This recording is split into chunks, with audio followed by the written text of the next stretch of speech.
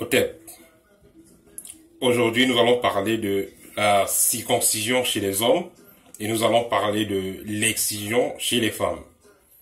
La circoncision chez les hommes, qu'est-ce que ça veut dire déjà circoncire quelqu'un? Ça veut dire que circoncire un homme, ça veut dire que au bout de la verge, on enlève la première peau. C'est ça qu'on appelle circoncier. Et la circoncision, elle se déroule le plus dans le continent africain, mais il y a également d'autres continents qui pratiquent cela. La circoncision, déjà quand vous faites circoncire vos enfants, ou alors quand vous êtes un homme, vous êtes circoncié, l'avantage déjà, c'est que vous avez moins de microbes au niveau de la verge, donc déjà au niveau de l'hygiène. Parce que quand vous n'êtes pas circoncié, cette peau-là qui va pendre sur le bout de votre verge, il y a des bactéries qui pourront y stagner, même si vous êtes propre et tout ça. Dans tous les cas, il y aura constamment des bactéries qui vont y stagner. Également, d'après les recherches faites par l'OMS, le fait d'être circoncié, ça vous permet de réduire à 60% les risques d'attraper les maladies vénériennes, à savoir le VIH. Également, il y a le fait de vous mettre à l'abri de certains cancers, comme le cancer du pénis, qui est un cancer réel et qui existe. Voilà, donc quand vous n'êtes pas circoncis, vous êtes exposé à ce type de cancer. Voilà. Également, au niveau de la performance, quand vous n'êtes pas circoncis, vous êtes assez limité. Vous savez, un homme qui est circoncis, qui fait l'amour peut-être avec sa partenaire, il peut aller plusieurs fois de suite rapidement. Disons, il peut aller sans prendre trop de temps de repos et tout. Il peut... donc bref, il est plus compétent. Pour ne pas entrer trop dans les détails, il est plus compétent. Et beaucoup de femmes préfèrent les hommes circoncis, même déjà avec l'esthétique. Au niveau de l'esthétique, déjà, si on compare une verge circonciée et une verge non circonciée, c'est le jour et la nuit. Voilà. Donc, beaucoup de femmes, elles préfèrent donc les hommes circoncis également à cause de l'esthétique, à cause de la performance. Voilà. Et à cause aussi de l'hygiène, parce que, comme j'ai dit tantôt, quand vous êtes circoncis, ça fait en sorte que les bactéries ne puissent pas s'entasser autour de votre verge. Donc, ce qui fait que quand vous êtes circoncis, vous avez plus de chances de rester mieux en santé. Parce que si vous n'êtes pas circoncis, vous allez garder les bactéries là. Et il pourra arriver des moments quand vous passez à l'acte avec votre partenaire et vous lui envoyez cette bactérie là. Donc, voilà. Voilà quelques avantages de se faire circoncier. Également, l'âge idéal pour se faire circoncier, c'est entre 5 et 12 ans. Entre 5 et 12 ans, c'est l'âge idéal pour se faire circoncier. Il n'est pas très conseillé de faire circoncier les enfants quand ils sont encore bébés parce que ça fera en sorte que le membre, disons la verge, ne se développe pas correctement. Donc, si on se fait circoncier à partir de 5 ans jusqu'à 12 ans, c'est une intervalle correcte pour se faire circoncier. Bon, en ce qui concerne ceux qui n'ont pas eu la chance de se faire circoncier plus jeunes, des gens maintenant ils ont peut-être la vingtaine ou la trentaine et qui veulent se faire circoncier, cela ne fait aucun problème. Il faudrait tout simplement que ils se rapprochent d'un hôpital et puis ils prennent contact avec le chirurgien ou alors le service adéquat pour pouvoir se faire circoncier.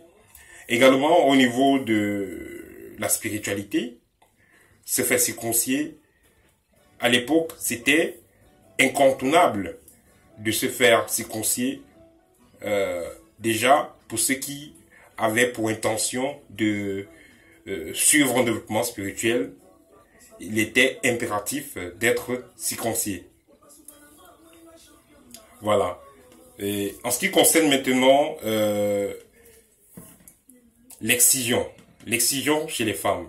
L'excision, c'est une tradition en Afrique, le plus, mais aussi on retrouve l'excision dans certains pays, parce qu'il y en a une trentaine de pays environ en Afrique qui pratiquent l'excision, à savoir parmi ces pays-là, il y a la Somalie, il y a la Guinée, il y a la Gambie, il y a Djibouti, et certains pays d'Asie et du Proche-Orient, à savoir le Pakistan, voilà, et l'Iran. Et l'excision, donc, l'excision se fait à trois niveaux. Il y a l'excision il y a trois types d'excision. Il y a l'excision du premier type qui ne concerne que le clitoris. Il y a l'excision du deuxième type qui concerne le clitoris et la deuxième lèvre. Et il y a la première lèvre, autant pour moi. Et il y a et il y a l'excision de troisième type qui concerne le clitoris, la première lèvre et la deuxième lèvre. Voilà. Mais déjà, pourquoi est-ce que les gens ont commencé à faire ces histoires de circoncision, d'excision? Ils ont commencé à le faire parce qu'ils se disaient que, en le faisant, ça fera que la femme reste vierge, ou alors qu'elle reste réservée avant de se marier. Donc, ils se disaient que il y a plus de chances pour la femme de pouvoir se contenir avant d'aller au mariage. Mais le résultat n'a pas été le cas. Ça n'a pas toujours été le cas, parce que au contraire même. Voilà, donc en réalité, cette histoire d'excision-là n'est pas si profitable. Parce que non seulement ça, il y a des risques d'attraper déjà des maladies vénériennes, parce que généralement ceux qui excisent là, ils ne prennent pas la peine de changer les lames et tout ça.